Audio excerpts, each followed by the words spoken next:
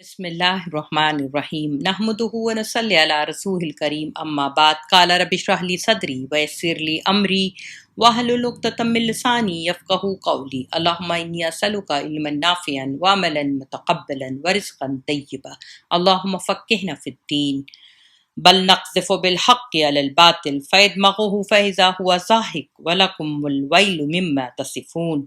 ہم تو باطل پر ہر حق کی چوٹ لگاتے ہیں جو اس کا سر توڑ دیتی ہے اور وہ دیکھتے دیکھتے مٹ جاتا ہے، اور تمہارے لیے تباہی ہے ان باتوں کی وجہ سے جو تم بناتے ہو۔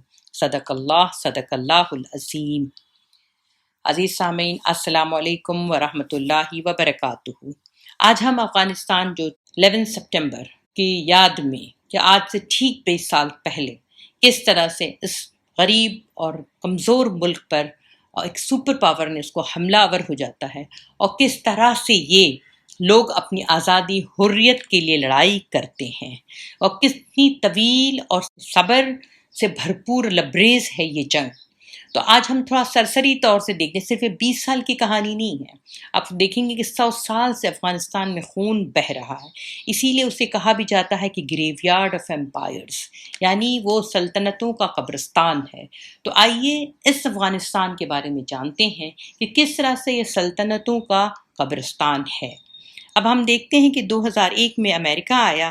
اس وقت تمام ہوش مند، عقل مند، دور اندیش جو سو کالڈ تھے، وہ حقیقت میں نہیں تھے، اپنے آپ کو خود کہتے تھے، وہ یہ عام طور سے کہنا شروع کیا کہ افغانوں نے جب USSR یعنی سوویت یونین کو ہرایا تو ان کی پشت پر امریکہ تھا، اب یہ چلے ہیں امریکہ سے لڑنے اور اس کی اتحادیوں سے جو 50 ممالک پر مشتمل ہے۔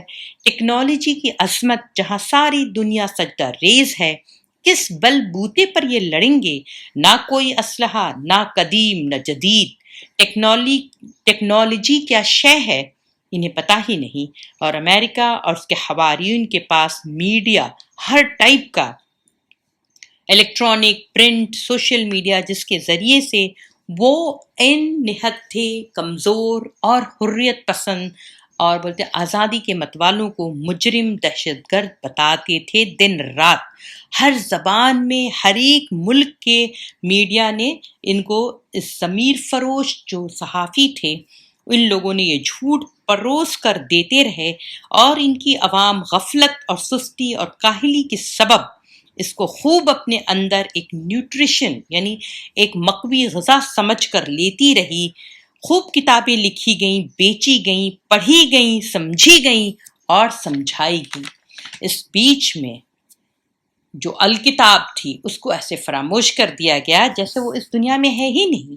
الکتاب یعنی قرآن میں اللہ نے جو خالق ہے، جو مالک ہے اس دنیا کا، رب العالمین ہے، اس نے وعدہ کیا ہے اپنے بندوں سے کہ اگر تم اس کتاب کو پکڑے رہو گے اور اس کے مطابق فیصلہ کرو گے تو تم ہی غالب رہو گے، اور اللہ نے ہمیشہ حق پر چلنے والوں کی نصرت اور حمایت ضرور کرے گا، اور اللہ سے بڑھ کر زیادہ کون اپنا وعدہ نبھاتا ہے؟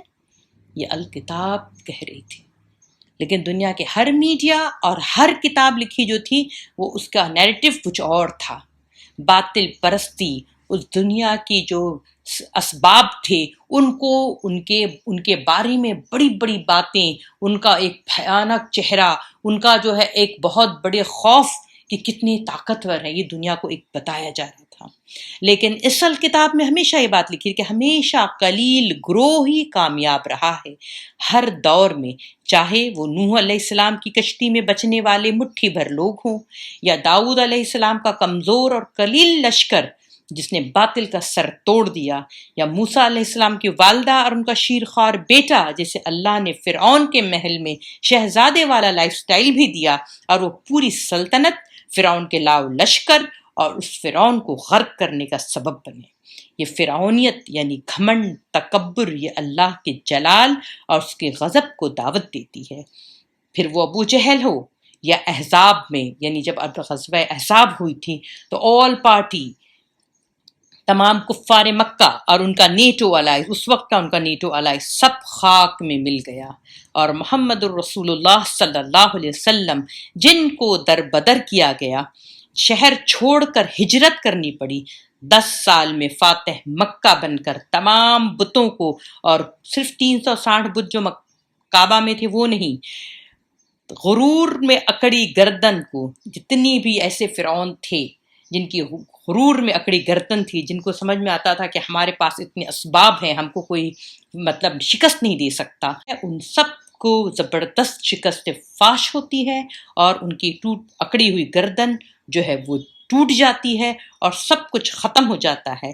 لیکن آفرین ہے، سلام ہے رسول رحمت للعالمین پر، فاتح مکہ جب وہ آتے ہیں، مکہ میں داخل ہوتے ہیں تو سر بس بولتے ہیں جھکا ہوا ہے، سجدے میں ہے، اور اللہ کا شکر و حمد کرتے ہیں۔ یہ مکہ جو فتح ہوا تھا وہ بلڈ لیس تھا، بغیر خون بہائے، اور وہی لوگ جو مکہ والے لوگ جنہوں نے ان پر ظلم کیا، قید و بند میں رکھا، شعیب بن ابی طالب میں، جبکہ جس کے سبب آپ صلی اللہ علیہ وسلم ان کے ساتھیوں کو، ان کے خاندان والوں کو جب گھاٹی میں قید کیا، اور اس کے سبب آپ کی غم گسار شریک حیات حضرت خدیجہ رضی اللہ تعالی عنہا اور آپ کے جان سے عزیز چچا جو ابو طالب تھے، ان کا جو ہے اس ظلم کے خلاف جو سب سے بڑی ڈھال تھی، یہ دونوں اس کی مشقت اور سختی کے سبب اس فانی دنیا کو چھوڑ گئے، مگر پھر بھی رحمت للعالمین نے ان تمام مکہ والوں کو عام معافی کا اعلان کیا۔ جن لوگوں نے جنگیں کی، دشمنوں کو جمع کیا، ایک پرچم تلے، ان کے گھر کو بھی عزت و شرف بخشا، اور رہتی دنیا تک انسانیت کو امن، بھائی چارہ، انسان کو وہ مقام دیا، اور اس کو بتایا کہ اس کو اس فانی دنیا میں رہنے، برتنے اور کرنے کا کیا کام ہے، اور اللہ کیسے اپنے مخلص بندوں کی مدد فرماتا ہے۔ آئیے اب ہم اس پس منظر میں ہے افغانستان کی سرسری تاریخ، ہسٹری پر نظر ڈالتے ہیں۔ یہاں 100% مسلم آبادی ہے۔ ان کی دیہی رورل آبادی نہایت سادہ اور دین پر، یعنی جو ان کی دیہی آبادی ہے وہ سادہ اور دین پر چلنے والے لوگ ہیں۔ یہ عام طور سے جنرلی ان کے وہاں جو ہے دین پر چلنا، مسجدوں میں نماز پڑھنا، اور مرد جو ہے وہ شلوار قمیض پہنتے ہیں، سر پہ پگڑی لگاتے ہیں، عورتیں جو ہے حجاب کرتی ہیں۔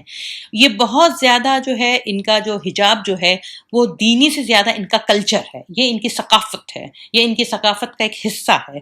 صرف کابل شہر جو تھا وہ بہت ہی آزاد، اور عریانیت اور فحاشی وہاں پر بہت عام تھی۔ اس کی وجہ یہ تھی کہ جیسے آپ سرسری طور سے ہسٹری جب دیکھیں گے تو آپ کو پتہ چلے گا جو بادشاہت اور جو لیڈرز آئے وہاں پہ تو انہوں نے اس کابل شہر کو کیا کیا کہ فحاشی اور عریانیت لائے اس شہر میں۔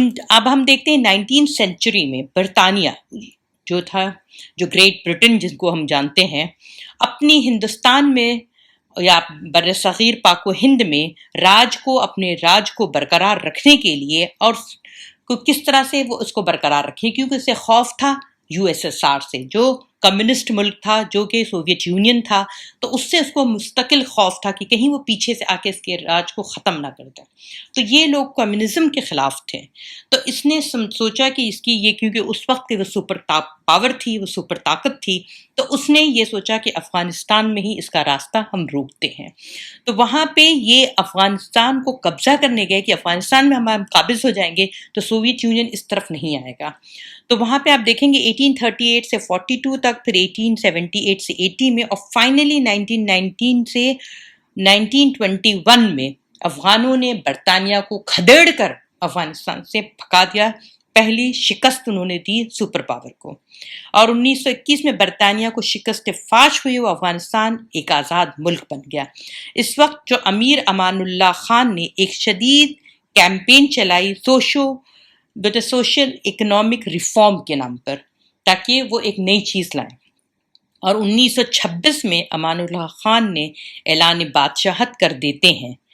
1926 میں یا 1921 میں برطانیہ چلا جاتا ہے، 4-5 سال وہ کیمپین چلاتے ہیں اور دیکھتے ہیں، اور پھر پورے اس گیپ کو، پولیٹیکل گیپ کو وہ بھرتے ہیں، اور خود کیا کرتے ہیں، اپنے آپ کو بادشاہ ڈکلیئر کر دیتے ہیں۔ بجائے اس کے کہ جمہوریت لاتے یا اسلامی قانون لاتے، وہ خود ہی بادشاہ بن جاتے ہیں۔ انہوں نے قانون اور ریفارمز کیے، لویا جرگا، نیشنل کونسل وغیرہ۔ اب یہاں پر وہ کیا ہو رہا ہے کہ وہ ایک دم اپنے دین کے خلاف کام کر رہے ہیں۔ جو وہاں کا ثقافت ہے وہ کلچر سے خلاف کام کرتے ہیں. تو ان کے جو کرٹکس تھے، تنقید نگار تھے، ان سے کافی بیزار اور پریشان تھے. ان لوگوں نے عوام کو جھنجھوڑا اور ان کے اعمال کو پبلک میں عام کیا اور باقاعدہ بغاوت ان کے خلاف 1928-29 میں ہوتی ہے اور بادشاہ اس بغاوت میں فرار ہو جاتے ہیں اور ملک چھوڑ جاتے ہیں. اب 29 سے لے کے 33 تک پھر کیا ہوتا ہے کہ وہاں پہ کوئی نہیں ہوتا، طوائف الملکی رہتی ہے، کوئی مطلب پاور نہیں رہتا ہے پراپر، اور نہیں برابر سے بولتے کسی کی حکومت ہوتی ہے. 1933 میں ظاہر شاہ بادشاہ بنتے ہیں اور ملک میں ایک استقامت آ ہی جاتی ہے. کم و بیش وہاں پر امن رہتا ہے اور ان کی حکومت 40 سال رہی، یعنی 1973 تک ظاہر شاہ جو ہے ان کی حکومت ہوتی ہے. اور ظاہر شاہ جو ہے وہ بادشاہ تھا، اور جو بادشاہ لوگ ہوتے ہیں آپ کو پتہ ہے کہ وہ دنیا پرست ہوتے ہیں، تو انہیں دین وین سے کوئی لگاؤ نہیں ہوتا ہے. اور انہوں نے خوب کابل میں جو ہے کلبز کھولے اور ہے نا جوئے اڈے کھولے، شراب خانے کھولے، اور مغربی دنیا اور سوشلزم سے بہت زیادہ سوویت یونین سے بہت متاثر تھے. اور 1934 میں یونائٹڈ اسٹیٹس یعنی یو ایس نے ان کو فائنلی ان کو ریکگنائز کرتا ہے، ان کو تسلیم کیا جاتا ہے. پھر یہ 1947 میں برطانیہ کا سورج بر صغیر میں غروب ہو جاتا ہے اور ہندوستان اور پاکستان کا بٹوارا ہو جاتا ہے. جس راج کو بچانے کے لیے افغانستان گیا تھا، اب سوچے وہاں پہ یہ راج بھی اس کا ختم، برطانیہ کا سورج غروب ہو جاتا ہے اور 1947 میں ہندوستان اور پاکستان کا بٹوارا ہو جاتا ہے. اس بیچ میں 1953 میں، کیونکہ 40 سال ان کی حکومت رہی تھی، 1953 میں محمد داؤد خان جو سوویت یونین سے بہت قریب اور متاثر تھا، وہ ملک کو کمیونسٹ کی طرف جھکاؤ اور ان سے مدد کے لیے معاشی اور عسکری یعنی اکنامیکل اور ملٹری مدد جو ہے وہ چاہتے ہیں. مدد کس سے؟ سوویت یونین سے. اور انہوں نے سوشلسٹ نظام اور عورتوں کو زیادہ سے زیادہ باہر لانے کی پالیسی پر عمل پیرا ہوتے ہیں. 1956 میں سوویت یونین کے صدر نکیتا خروشچیو افغانستان کی مدد کے لیے کود پڑتے ہیں اور دونوں ملکوں میں کافی نزدیکی آ جاتی ہے. 1965 تک افغان کمیونسٹ پارٹی نے اپنے 2 لیڈر کو آگے کیا، بابرک کمال اور نور محمد تاراکی. ہے تو کس کی حکومت ابھی؟ اس کی ظاہر شاہ کی، لیکن یہ سارے پروگریس بھی اپوزیشنز کے چل رہے ہیں. 1973 میں اب داؤد خان نے آخری بادشاہ افغانستان کا جو ظاہر شاہ تھا اس کو ہٹا دیا فوجی بغاوت کے تھرو، یعنی ملٹری کو کے تھرو، اور People's Democratic Party of Afghanistan حکومت بناتی ہے. داؤد خان بادشاہت ختم کرنے کا باضابطہ اعلان کرتے ہیں اور خود کو افغانستان کا صدر، ریپبلک آف افغان کے پریزیڈنٹ کہلاتے ہیں. ان کے بہت زیادہ گہرے تعلقات یو ایس ایس آر سے استوار ہو جاتے ہیں. اب 1975 سے 77 تک خان جو ہے داؤد خان نئے قانون لاتے ہیں اور ملک کو کمیونسٹ اسٹیٹ بنانے کی پوری ان کی محنت ہوتی ہے. جو اس کی مخالفت کرتا ہے اس سے بہت وہ سختی سے پیش آتے ہیں، ان کو سزائے موت ہوتی ہے، جیلوں میں ڈالے جاتے ہیں بے قصور لوگ، اور جو اس سے آزادی چاہتے ہیں ان کو خوب جیلوں میں ٹھونسا جاتا ہے، ان کے ساتھ بربریت اور ظلم جیسے کیا جاتا ہے، فوجی لوگ کرتے ہیں. جیسے میں نے بتایا کہ افغانی عوام عام طور سے مذہبی ہیں اور پردہ ان کی تہذیب اور تمدن ہے. یہ ہمیشہ ایسے ہی رہیں، اسی لیے عام جنتا میں ان کے خلاف نفرت مخالفت بڑھنے لگتی ہے. 1978 میں خان جو ہے مارا جاتا ہے اور کمیونسٹ لوگ ہی اسے مارتے ہیں. پھر نور محمد تاراکی پورا کنٹرول حاصل کرتے ہیں اور خود کو پریزیڈنٹ اور دوسرے ساتھی کو بابرک کمال کو نائب وزیر اعظم بناتے ہیں، اور یہ لوگ سوویت یونین سے دوری بناتے ہیں اور اعلان کرتے ہیں کہ ہماری پالیسی جو ہے اسلامک ہے. حالانکہ وہ اس کے برعکس ہوتے ہیں، لیکن اعلان کرتے ہیں کہ ہماری جو پالیسی وہ کیا ہے، اسلامک ہے، تاکہ پبلک جو ہے ہمارے خلاف غصے نہ ہو کرے، ہمارے خلاف نہ جائے. جب تک کہ دیہی علاقے میں ان کے خلاف بغاوت ہونا شروع ہو جاتی ہے اور جو مذہبی رجحان کے لوگ تھے وہ بہت تیزی سے اپنے آپ کو منوا رہے تھے اور باقاعدہ گوریلا جنگ شروع ہو جاتی ہے، اور اس گوریلا وارفیئر کے جو لوگ تھے ان کا نام مجاہدین ہوتا ہے. یہ کمیونزم کے خلاف جہاد کرتے ہیں. 1979 میں امریکی ایمبیسڈر اڈولف ڈڈز مارا جاتا ہے اور امریکہ اپنے تعلقات ختم کر لیتا ہے افغانستان میں. اب امریکہ کو اس رینج میں آنا ہے تو وہ دیکھتا ہے کس طرح سے یہاں پہ اتھل پتھل ہو رہی ہے، تو امریکہ دیکھے اپنی پلاننگ کیسے کرتا ہے. تو وہاں پہ اس کے اڈولف ڈٹس جو اس کا امبیسڈر ہوتا ہے وہ مارا جاتا ہے. اب امریکہ اپنے تعلقات ختم کر لیتا ہے افغانستان سے. کابل میں اقتدار کی رسہ کشی کے نتیجے میں جو کہ نور محمد تاراکی اور نائب پی ایم وزیر اعظم جو حفیظ اللہ امین ہوتا اس میں ہوتا ہے، اور دونوں کی رسہ کشی کی وجہ سے نور محمد تاراکی مارا جاتا ہے، اور U S S R Soviet union جو ہے افغانستان پر چڑھ دوڑتا ہے اپنی فوج کے ساتھ. اس کو ایک بہانہ مل جاتا ہے کہ اس کا آدمی مارا گیا ہے، تو باقاعدہ فوج لے کے آتا ہے افغانستان میں اپنی کمیونزم اور اپنی حکومت کو بچانے کے لیے. لیکن جب آپ ریسرچ پیپر پڑھیں گے تو پتہ چلتا ہے کہ یو ایس ایس آر اس وجہ سے بھی آتا ہے کہ اس کے پاس گرم پانیوں کی تلاش میں، یعنی اس کو وہ چاہیے تھا کہ کس طرح سے، اس کے پاس سمندر نہیں لگتا تھا کہ یہاں سے پھر وہ آتا پاکستان تک، اور اس کو بندرگاہ چاہیے تھے. تو پھر سوویت یونین جو ہے وہ 24 دسمبر کو یہ لوگ جو ہے وزیر اعظم حفیظ اللہ امین اور ان کے کئی ساتھیوں کو کیا کرتے ہیں، پھانسی دے دیتے ہیں، کیونکہ اس نے نور محمد تاراکی کو مارا تھا، اور اپنی کٹ پتلی گورنمنٹ بناتے ہیں. 1980 میں مجاہدین اپنے ملک کی آزادی کی جد و جہد شروع کر دیتے ہیں. 1982 میں یعنی 1982 میں تقریباً 30 لاکھ افغانیوں نے ہجرت کی اور پاکستان چلے گئے، اور تقریباً 15 لاکھ ایران ہجرت کیے. اس دوران مجاہدین نے تمام دیہی علاقے میں، دیہاتوں میں اور وہاں کے سارے رورلز ایریا میں اپنا کنٹرول رکھا، اور سوویت یونین کی فوج جو ہے صرف شہروں تک قابض رہی. 1984 میں ایک سعودی شہری اسامہ بن لادن مجاہدین کا ساتھ دینے کے لیے افغانستان جاتے ہیں. ان کے اس اقدام سے عرب دنیا میں کئی لوگ جو ہے اس والنٹیئر یعنی فی سبیل اللہ والنٹیئرلی جو ہے مجاہدین کا ساتھ دینے کے لیے بہت سارے عرب جو ہے شامل ہوتے ہیں، کیونکہ وہ کافی فیمس ہوتے ہیں، بن لادن گروپ کے ہوتے ہیں. اور اسامہ بن لادن کا پہلا بولتے دنیا کے اس میں جو میڈیا میں اور ہر جگہ نام آنا شروع ہوتا ہے. 1984 میں انہوں نے طے کیا کہ افغانستان کی مدد، مجاہدین کی مدد کرنا چاہیے، یہ جہاد ہے. تو 1986 میں مجاہدین کو ہتھیار اور جنگی آلات کی فراہمی، یعنی وہ کس طرح سے لڑیں اتنے بڑی پاور سے، تو اس میں جو امریکہ، برطانیہ اور چائنا مدد کرتے ہیں پاکستان کے ذریعے. پھر 1988 میں مجاہدین اور القاعدہ متفقہ طور سے یہ فیصلہ کرتے ہیں کہ ہم اپنی سرزمین کو غازبین سے مکمل آزاد کرائیں گے. ان کی اس جد جہد کو امریکہ اور اس کا میڈیا خوب سراہتے ہیں. ان کی بہادری کو اپنی ہالی ووڈ کی فلم کے ذریعے، ریمبو ایک فلم تھی، اس میں وہ سیلیوٹ کرتے ہیں مجاہدین کے اسپرٹ کو، ان کے نظریے کو، ان کی جد و جہد کو. یہ 1988 میں، تب یہ امریکہ، اس کے حوارین سب اس طرف تھے.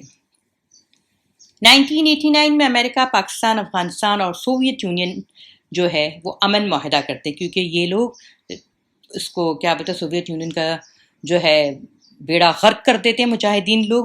اور اب وہ سوویت یونین امن معاہدہ کرتا ہے جس پر دستخط کرتے ہیں جنیوا میں، جس میں افغان ایک آزاد ملک اور 1 لاکھ فوج کو واپس سوویت یونین بلا لے گا. اس دوران ڈاکٹر محمد نجیب اللہ کی کٹ پتلی حکومت قائم ہو جاتی ہے. اس کے پاس پاور تھا تو اس نے کیسے بھی کر کے نجیب اللہ کو کٹ پتلی حکومت قائم کر دیتا ہے سوویت یونین کی مدد سے. اس کے خلاف نجیب اللہ کو مجاہدین میں شدید لڑائی ہو جاتی ہے. اب جب سوویت یونین چلا جاتا ہے تو نجیب اللہ اور مجاہدین میں شدید لڑائی ہوتی ہے. 1992 میں مجاہدین فاتحین ہو کر کابل میں داخل ہوتے ہیں اور نجیب اللہ کو ہٹا دیتے ہیں. 1995 تک، ابھی 3 سال کے بیچ میں کیا ہوتا ہے، ملک میں کافی خانہ جنگی ہوتی ہے، سول وار ٹائپ کی، یہ گروپ آ رہا ہے، وہ گروپ آ رہا ہے. تو طالبان افغانستان کے افق پر ظاہر ہوتے ہیں. یہ وہ نسل تھی جو نوجوان پر مشتمل، جس نے داؤد خان سے لے کر سوویت یونین کی تباہیاں، نجیب اللہ کا ظالمانہ دور انہوں نے دیکھا تھا. افغان کی ایک نسل سوویت یونین سے لڑتے اور مہاجرین بن کر رہنا انہوں نے دیکھا تھا. اور ان مہاجرین لوگوں میں سے ہی یہ بھی تھے، تو یہ بھی پاکستان میں تھے، اور یہ اسٹوڈنٹس تھے. طالبان کا مطلب ہوتا ہے اسٹوڈنٹس. تو یہ جو اسٹوڈنٹس تھے انہوں نے دیکھا، اور یہ اسٹوڈنٹس کس کے تھے؟ اسٹوڈنٹس تھے اللہ کی کتاب کے، کتاب اللہ کے اسٹوڈنٹس ہیں. تو دین کو، شریعت کو اور قرآن کو بہت اچھی طرح سے سمجھتے تھے. کہا جاتا ہے کہ ملا عمر کے پاس ایک خاتون آئی اور اس خانہ جنگی میں اس کی کافی نقصان ہوا تھا، تو اس نے آ کے کہا کہ اس سب لوگ جو ہیں خود غرض لوگ ہیں، کسی کو افغانستان سے محبت نہیں ہے. آپ لوگ آگے بڑھیں، افغانستان کو آپ کی ضرورت ہے. انہوں نے اس کی آواز پہ بولتے ہیں کہ انہوں نے غور و فکر کیا، آپس میں بات طے کی اور 50 لوگوں کے ساتھ یہ طالبان موومنٹ شروع ہوئی. اور یہ لوگوں نے کیا کیا، جو انتشار اور انارکی جو تھی اس سے ختم کیا، اسلامی قانون پر عمل پیرا ہوئی. اس طالبان نے جب آئے پاور میں تو انہوں نے کیا کیا، انارکی کو ختم کیا اور اسلامی قانون پر عمل پیرا ہوئے. زیادہ تر افغانوں نے ان کو سپورٹ کیا، بہت زیادہ جنگ اور لمبے عرصے تک ان کو تھکا دیا تھا.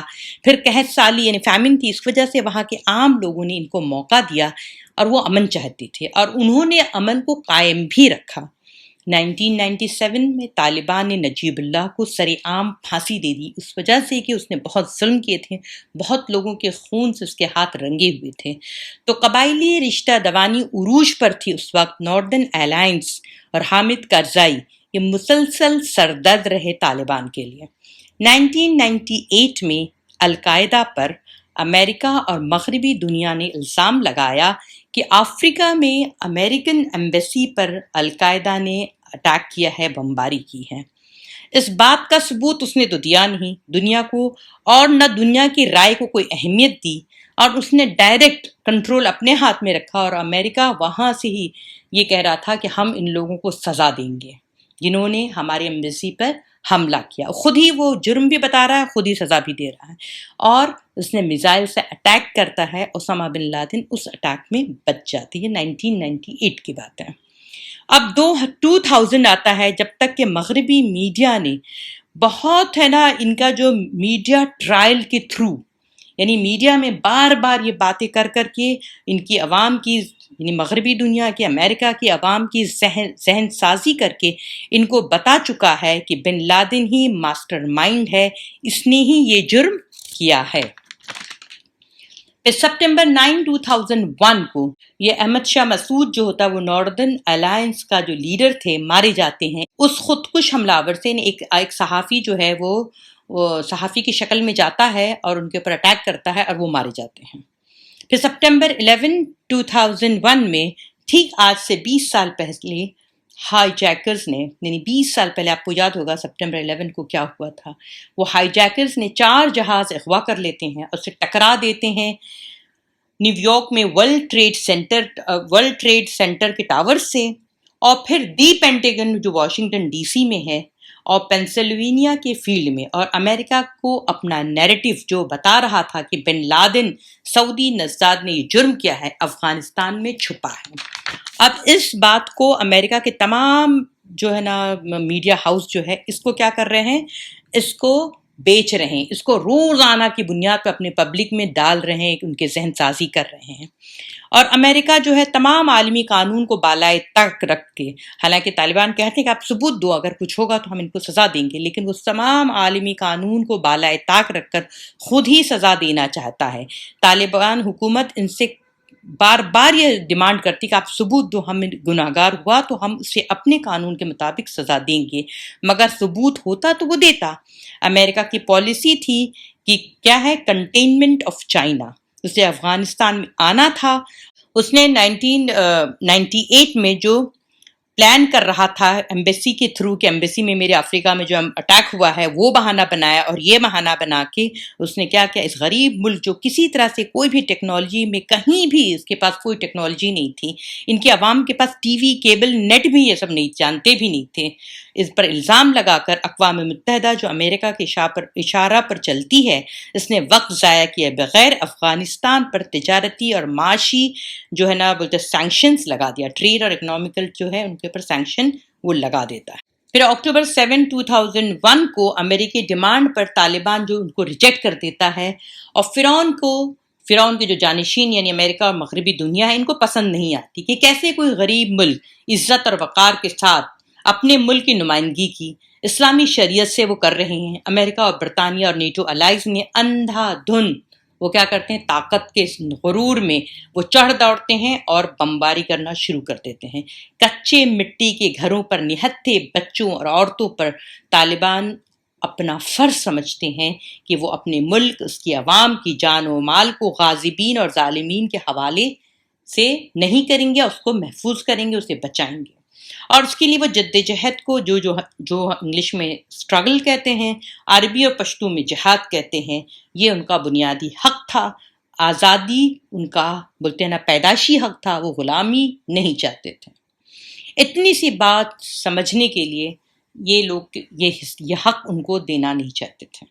نومبر 13، 2001 کو کئی ہفتوں کی خونریز جنگ کے بعد ناردرن الائنس، امریکہ، برطانیہ اور تمام نیٹو الائز کی مدد سے یہ کابل میں گھس جاتے ہیں اور طالبان اپنے مضبوط علاقے قندھار کی طرف جاتے ہیں۔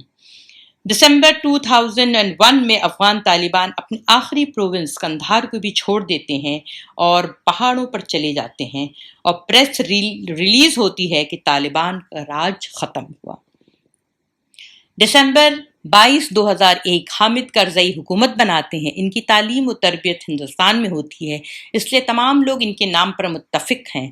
اس طرح سے آج سے 20 سال پہلے جو گروپ دنیا پرستی اور الحاد کے حق میں تھا، ان کی حکومت بنتی ہے۔ اور اس دوران جو ہے آپ دیکھیں گے ان لوگوں نے کافی ظلم کیا، افغانوں کو لوٹا، ان کی عزتوں کو برباد کیا، اور 17 فروری 2010 کی صبح 8 بجے ملا برادر کو گرفتار کیا جاتا ہے۔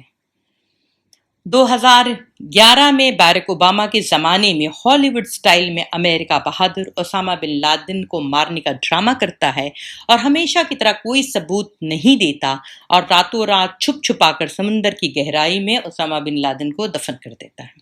2012 تک کئی ہزار بے گناہ افغان کو امریکی بمباری سے موت ہو جاتی ہے، ان کے موت کے گھاٹ اتار دیا جاتا ہے۔ کسی کی شادی کی تقریب، کسی کے اسکول میں کوئی فنکشن تھا، اور کسی مدرسے میں نہتے بچوں پہ ان لوگوں نے اندھا دھند بمباری کرنے سے کئی ہزار افغانی مارے جاتے ہیں، اور میڈیا میں ایک آؤٹ ریچ ہوتا ہے۔ 2013 سے افغان فوج جو ہے وہ نیٹو کی افواج سے ذمہ داری لے لیتی ہے اور خود نگران بن جاتی ہے۔ جو افغانی فوج ہے یا حامد کرزئی کی حکومت میں جو ہے وہ لوگ کیا کرتے ہیں، نیٹو افواج سے اپنے ملک کی باغ دوڑ لے لیتے ہیں اور نگران بن جاتے ہیں۔ 2014 میں باراک اوباما باقاعدہ اپنی فوج کی تعداد کو کافی حد تک کم کرنے کی بات کرتے ہیں کہ 2016 تک ہماری کافی حد تک ہم تعداد کو کم کر دیں گے۔ ستمبر 2014 میں اشرف غنی اور عبداللہ جو ان کے بیچ میں الیکشن ہوتا ہے، وہ الیکشن بھی ایک معمہ ہی تھا، ایک الیکشن بھی جو ایک مضحکہ خیز تھا کہ وہ دونوں ہی الیکشن میں کہتے ہیں پہلی بات کہ یہ تو فیک ہوا ہے، پھر دوسرے ہی ایک دوسرے پر الزام لگاتے ہیں کہ انہوں نے نا لوٹ مار کی ہے، پھر دونوں ہی صدر بننے کا دعویٰ کرتے ہیں اور دونوں ہی پریس کانفرنس کرتے ہیں۔ پھر بہرحال کسی طرح سے اشرف غنی جو ہے وہ زیادہ پاورفل ثابت ہوتے ہیں اور وہ اپنا سیلف صدر بن جاتے ہیں۔ 2017 میں باراک اوباما اپنے وعدہ کی خلاف ورزی کرتے ہیں جو کہ جمہوریت کا تقاضا ہے، وہ پھر سے کیا کرتے ہیں، اپنے وعدہ کی خلاف ورزی کرتے ہیں، اور یہ جمہوریت نظام میں یہ ہوتا رہتا ہے، اور افغانستان کی فوج کی تعداد کی کوئی کمی نہیں ہوتی ہے۔ اور پھر ٹرمپ آتے ہیں، ڈونلڈ ٹرمپ اگست 2017 میں اپنے دور میں افغانستان میں امریکی پالیسی، اس کے اخراجات، نقصانات سے واقف ہیں اور مطمئن نہیں ہیں۔ فروری 2019 میں یو ایس اور افغانستان طالبان معاہدہ کرتے ہیں امن پیس ڈیل کا کہ مئی 21 تک امریکہ نکل جائے گا، لیکن یہ مئی تک نہیں نکلتے ہیں اور پھر ڈیڈ لائن بڑھ جاتی ہے 31 اگست تک۔ یہ ٹرمپ کی بہت بڑی کامیابی تھی، لیکن اس بیچ میں کیا ہو جاتا ہے کہ وہاں پہ پریزیڈنٹ کا الیکشن آتا ہے امریکہ میں، اور جو بائیڈن جیت جاتے ہیں۔ وہ بھی الیکشن کافی بولتے ہیں نا چرچا میں رہا کہ کس طرح سے انہوں نے ایک دوسرے پر الزام لگایا کہ مینیپولیشن ہوئی ہے، اور ٹرمپ بالکل مان نہیں رہے تھے اس کو۔ پھر بہرحال سپٹمبر 2019 کو امریکہ پھر اپنی زبان اور وعدہ سے پھر جاتا ہے، اور نومبر 2020 میں اس بیچ کچھ ڈیولپمنٹ ہوتے ہیں۔ امریکہ اپنے صرف 2500 فوج رکھے گا جنوری 21 تک۔ پھر اپریل 21 میں جو بائیڈن اعلان کرتے ہیں کہ وہ مکمل انخلا جو ہے کمپلیٹ اپنی فوج کو 9/11 تک نکالیں گے۔ طالبان ایک ہی بات کہتے ہیں کہ معاہدہ 31 اگست تک کا ہے، اس لیے ہماری ذمہ داری صرف 31 اگست تک ہے، اس کے بعد جو بھی کچھ ہوگا اس کے نقصان آپ کو، آپ کی فوج کو ہوگا، آپ اس کے ذمہ دار رہیں گے۔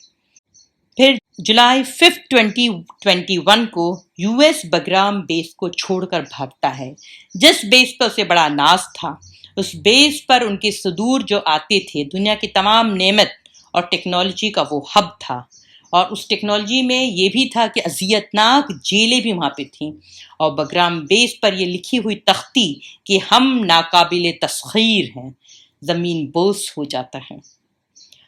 اور پھر اگست 10، 21 کو وائٹ ہاؤس کو اعلان کرنا پڑتا ہے کہ طالبان کو روکنا اب ممکن نہیں ہے، جبکہ اس سے ایک مہینہ پہلے امریکی صدر ایک بہت اکڑ اور رعونت سے یہ بات کہتے ہیں، پریس کانفرنس میں کہتے ہیں کہ ہم نے 3.5 لاکھ افغان فوجیوں کی بہترین ٹریننگ اور اعلیٰ قسم کی جنگی سر و سامان وہ آلات دیے ہیں، وہ کنٹرول افغانستان پر کر لیں گے، یعنی ہماری کٹپتلی حکومت رہے گی۔ لیکن پوری دنیا نے اس نظارے کو دیکھا 15 اگست کو 2021 کو کہ افغان طالبان کابل کو فتح کر لیتے ہیں، اور 15 اگست کے بعد ان کے جو پریزیڈنٹ امریکہ کی وہ پریس کانفرنس کرتے ہیں اور ہکلاتے ہیں اور بوکھلاتے ہیں اور روتے بھی ہیں، اور جملہ بھی کہتے ہیں کہ روپے سے بہادری نہیں خریدی جا سکتی۔ اتنی سی بات سمجھنے کے لیے 4 امریکی صدر اور billions of dollar tax pay کا محنت کو انہوں نے برباد کر کے اس بات کو سمجھا۔ شکر الحمدللہ کہ جو بائیڈن کی بات سمجھ میں آ گئی۔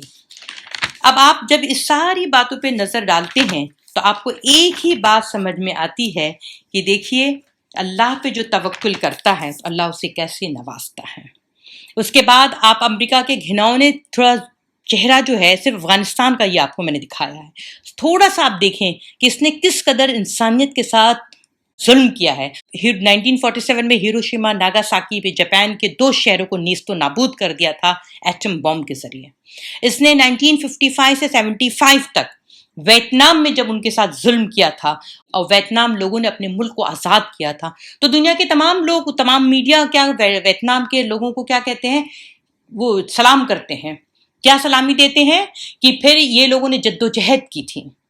پاکستان کے ایک بہت بڑے شاعر ہیں احمد فراز، انہوں نے ویتنام کے شہداء کے بارے میں ایک بہت اچھی نظم لکھی ہے کہ واشنگٹن کے نام سے، آپ اس کے اوپر گوگل کریں، احمد فراز واشنگٹن کی نظم، آپ سنیں اس کو، تو خوب سلامی بھیجی ہے اور خوب ہے نا داد و تحسین دی ہے ان کے نا اس حریت پسندی کو۔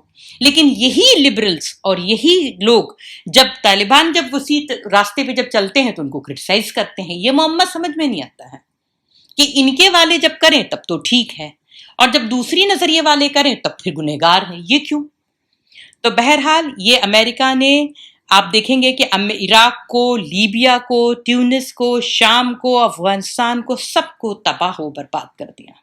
لیبیا کے تو یہ عالم ہے کہ وہاں کے واٹر باڈیز کو فرانس نے زہر آلود کیا ہے کہ ان کے عوام اب اس کو پانی پینے کے قابل نہیں چھوڑا ہے۔ آپ تھوڑا سا گوگل پہ جا کے دیکھیں، اور انہوں نے اتنا بڑا ظلم کیا ہے۔ اور یہ جو ٹونی بلیئر جس نے یہ عراق کے بارے میں یہ نیریٹو بنایا تھا کہ ویپن آف ماس ڈسٹرکشن ان کے میڈیا میں، جب یہ بات وہ خود کہتا اپنے منہ سے کہ ویپن آف ماس ڈسٹرکشن وہاں پہ کچھ نہیں تھا، اور اس کے بعد ایک سوری کا ورڈ کہہ کے فارغ ہو جاتا ہے۔ یہ تمام فرعونوں کی جانشین، یہ بش، یہ بلیئر، یہ ڈک چینی، یہ سارے لوگ کیا کر رہے تھے؟